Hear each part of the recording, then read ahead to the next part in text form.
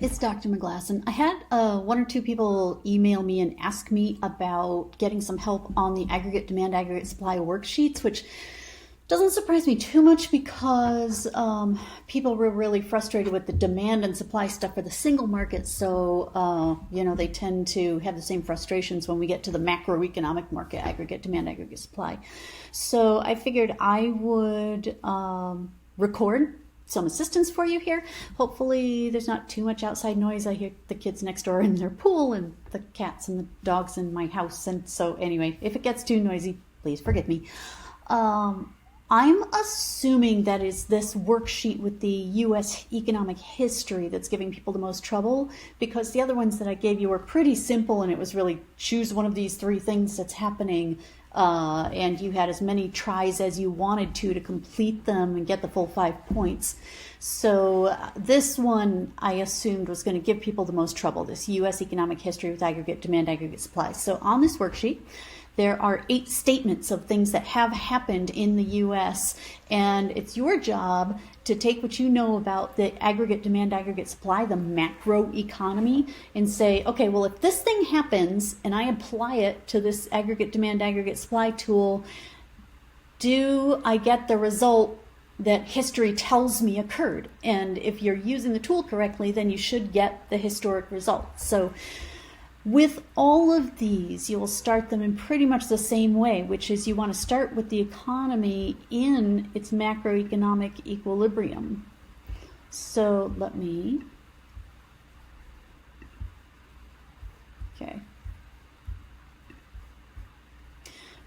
each of these I'm going to start with a basic aggregate supply curve. So aggregate supply 1, upward sloping, because the higher the prices, the more my producers are willing to or able to produce. They can either cover their costs or they can make more profits, however you want to look at it. So positively sloped.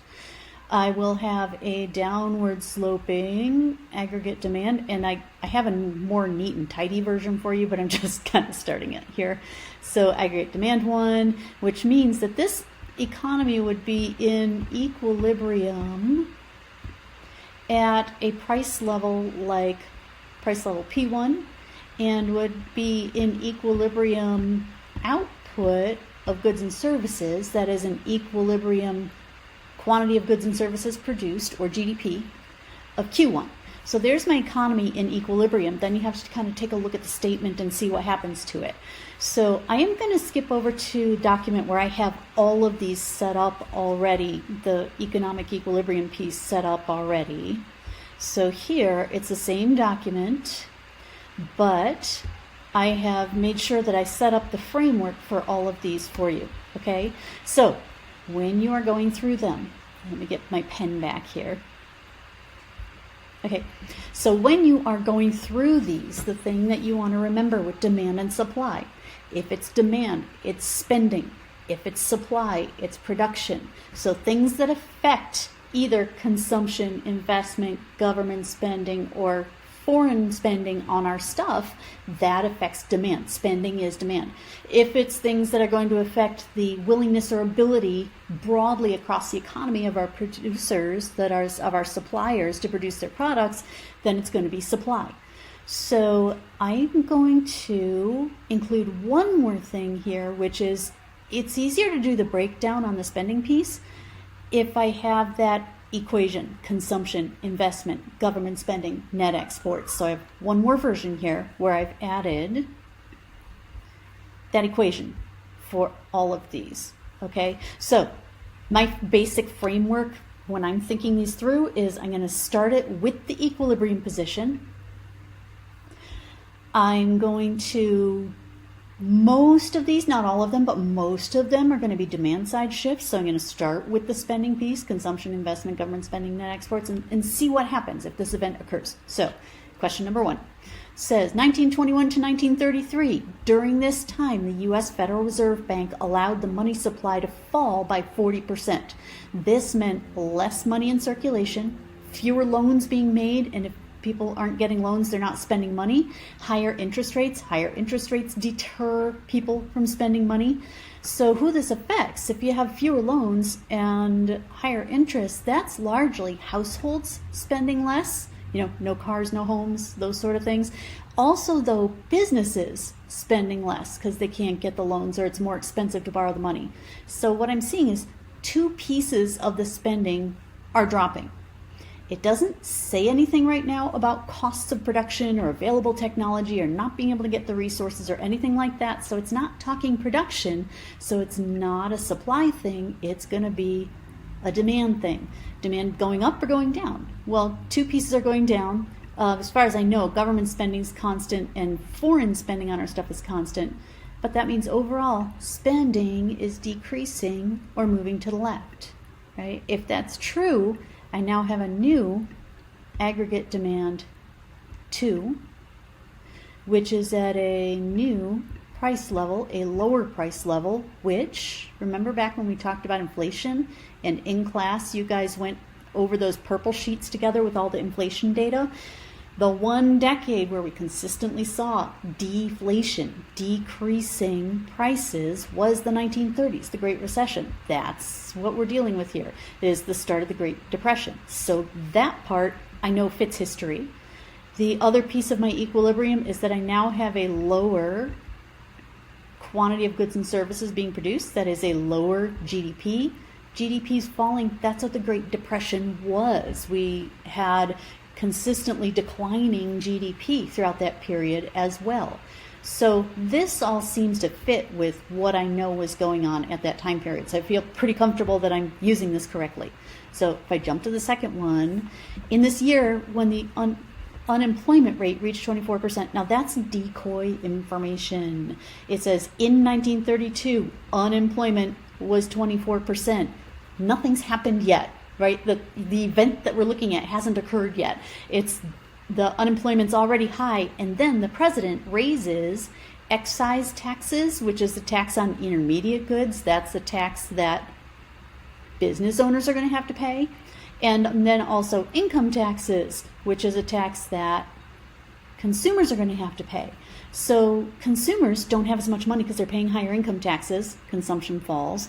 Businesses can't purchase as much because the intermediate goods, excise taxes or taxes on intermediate goods, are more expensive. So their spending on goods and services declines as well.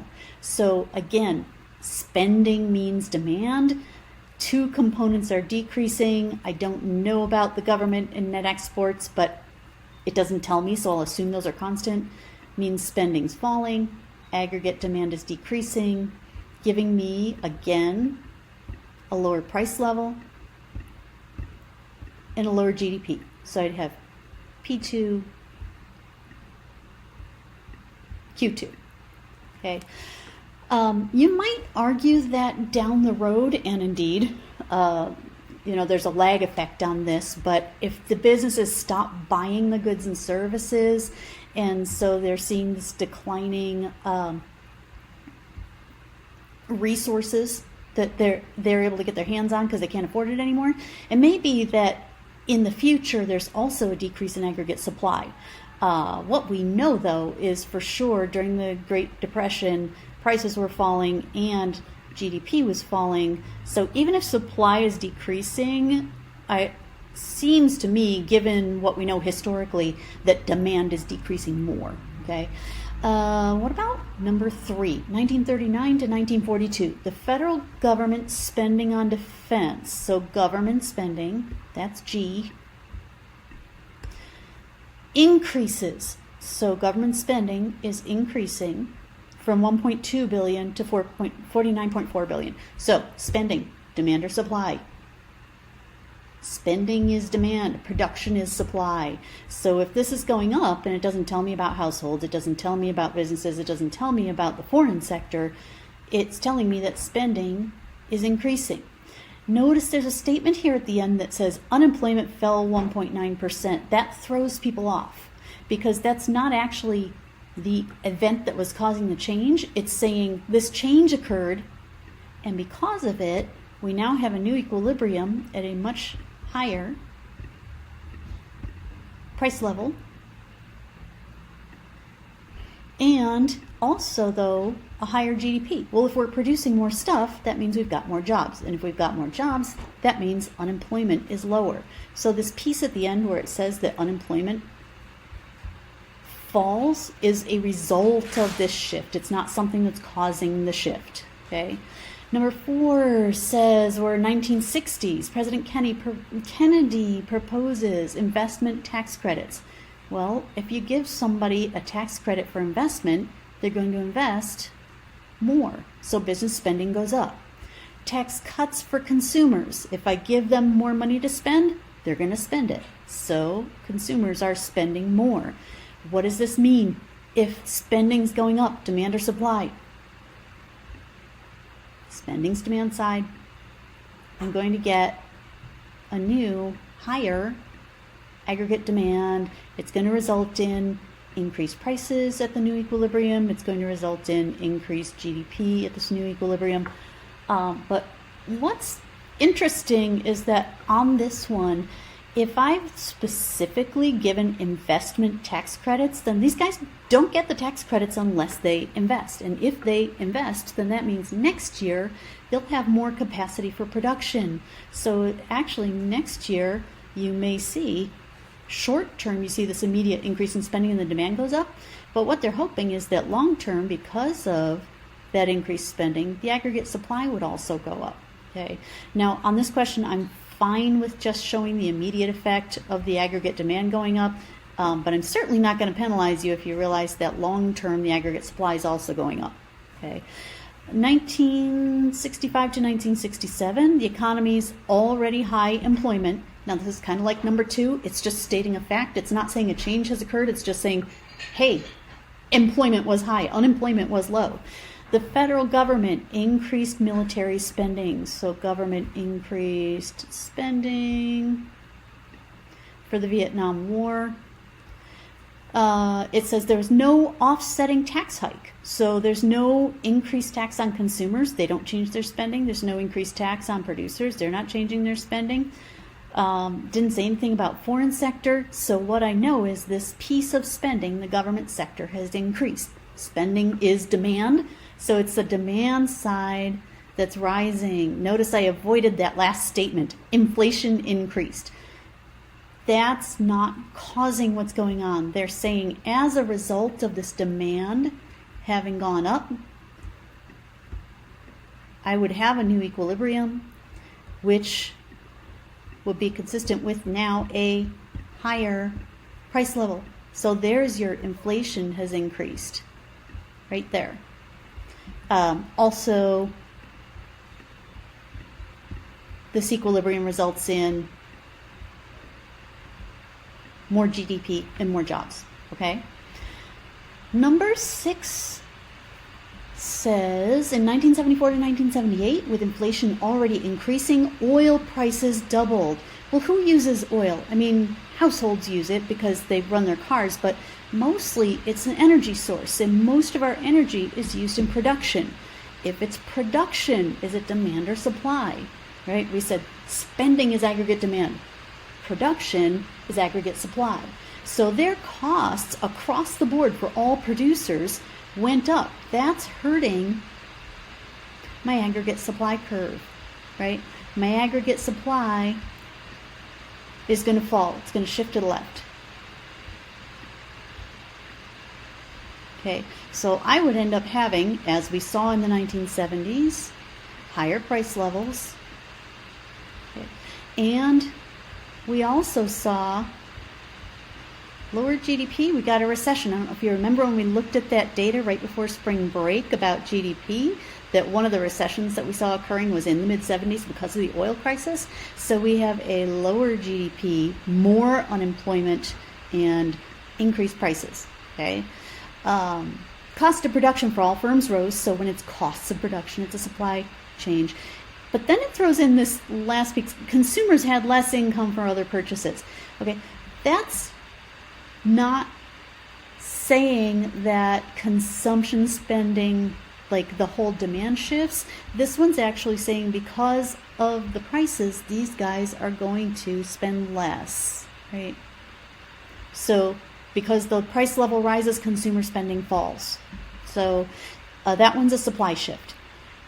Numbers 7 and 8, I wanted to make sure that I did cover with you because multiple things are going on in different directions and you have to think through, okay, overall, what's the effect going to be? 1981 to 1984, the Reagan administration cuts business taxes, cuts personal income taxes. So if they cut business taxes, businesses will spend more because they have more money. If they cut household income tax, personal income tax, households spend more. Defense spending went up, but most non-defense spending fell. So on net, the whole thing with Reaganomics is he said, look, we got to get the budget under control. We need to cut spending across the board so that we get a better handle on the budget, except for military where we're going to spend more money. But overall, the idea was to decrease government spending, even though that one sector, the military sector, was increased. And then we don't see anything about the foreign sector here and where they're spending money. So my question for you is, if you know that household spending is going up, right?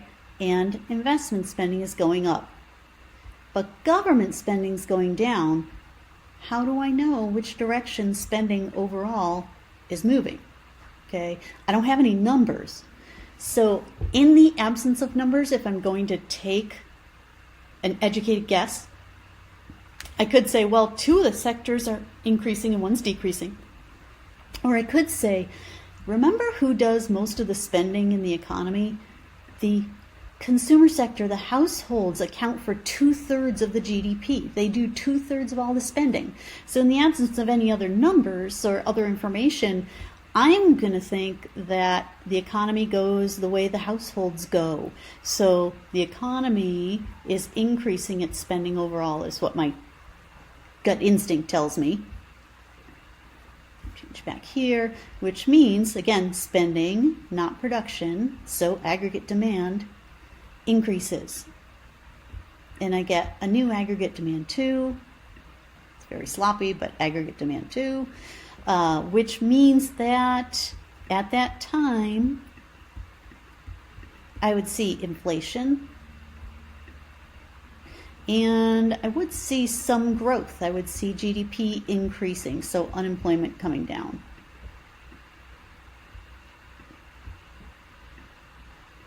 Right? Output goes up, more jobs, unemployment falls. So last one says, Persian Gulf War caused temporary increase in oil prices. Temporary, unlike the one that lasted for years in the 1970s. This was a little blip. Persian Gulf War, the first Gulf War in the early 90s, only lasted a few months. So the prices went up, but they came back down. So it didn't really cause any long-term effect on the supply side. Consumer confidence fell, though. We didn't have any idea how long that was going to last. Saddam Hussein went into Kuwait, and the president sent the troops over, and it could have lasted years. It didn't. It was over pretty quickly. But consumers were worried because they didn't know. So consumers started saving their money instead of spending it. So decrease in consumption. Government spending increased, but only a little bit. So a tiny increase in government spending because they already had most of what they needed. Equipment came from existing inventories. European economies suffered recessions, and so they purchased fewer U.S. goods. That's right, the foreign sector. The foreign sector is spending less money because of the fact that they are in recession as well. So we're spending less on U.S. goods and services. Foreigners are spending less on U.S. goods and services. The government spends more, but only a little more. They didn't really talk about businesses. So on net, what's happening to spending? Right? I'm going to see overall that expenditures are falling, that my aggregate demand is shifting to the left. Okay, so that's the way that you need to think through these. There are lots of questions like this on the quiz. So make sure that you understand this. Make sure that you've gone through the practice. Make sure that you do the extra practice that's in the textbook. Also, remember in the Adams version of the textbook, I have an answer key that's got markup on these, so you'd be able to tell. But this last one was a decrease in aggregate demand, a little bit of falling prices, and as we saw in the data we looked at on GDP, there was a recession in the early 90s. Okay, so hopefully that was hopeful to you, and hopefully it's going to get you ready to take quiz number 4 online in Canvas.